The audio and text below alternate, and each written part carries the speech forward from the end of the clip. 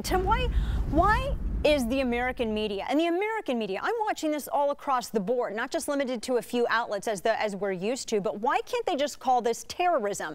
It's terrorism. Why can't they just acknowledge this? And why do they keep going out of their way to paint Pam Geller as the bad guy in this situation? I am absolutely amazed that in this setting where an event has been shot at, that the shooters are less maligned than the organizers of the meeting. When you look at the gaggle that the White House had yesterday with the White House reporters on the plane to New York, and Josh Earnest is getting hammered by this one reporter who says, won't you condemn the meeting? Won't you condemn the organizers? Won't you condemn them demeaning the prophet? It's amazing. Wow. And this is the first ISIS attack on U.S. soil. You'd think that would get a headline or two, but instead, as you were saying, I read no less, and I have them pulled up here. I read no less, Tim, than about 5 or 6 articles just today that focused entirely on Pamela Geller, the people who came out to the event, and the group that put the event on. They glossed over the fact that these were 2 terror suspects. They glossed over the fact, in fact, only one article mentioned this, that one guy was on a terror watch list for 10 years. They didn't discuss, why was this guy, if he'd been watched by the FBI, why was he allowed to walk out and about and get that close to an event like this? Nothing like that was touched. Nothing was mentioned about ISIS. ISIS claimed these 2 guys, called them brothers of the caliphate.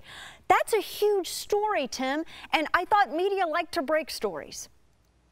I think they are concerned. I think a lot of times the news judgment of the press is, well, this will really inflame the crazy, flyover country people. We're not going to say ISIS attack on the homeland. I mean, that's just too panicky. We can't get these people all excited. So, yeah, they have really focused in on the group, on Pam Geller's group. They have all uniformly last night, ABC, CBS, and NBC all said the Southern Poverty Law Center identifies them as a hate group.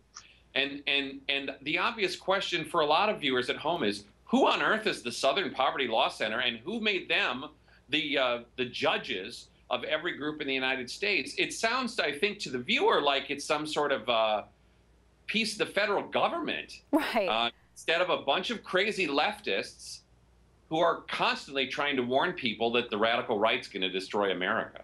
Yeah, the Southern Poverty Law Center, I'm curious, Tim, in monitoring all of this, did they mention at all, at any point, that this was also the same group that inspired Floyd Lee Corkins' shoot 'em up at the Family Research Council a couple of years ago?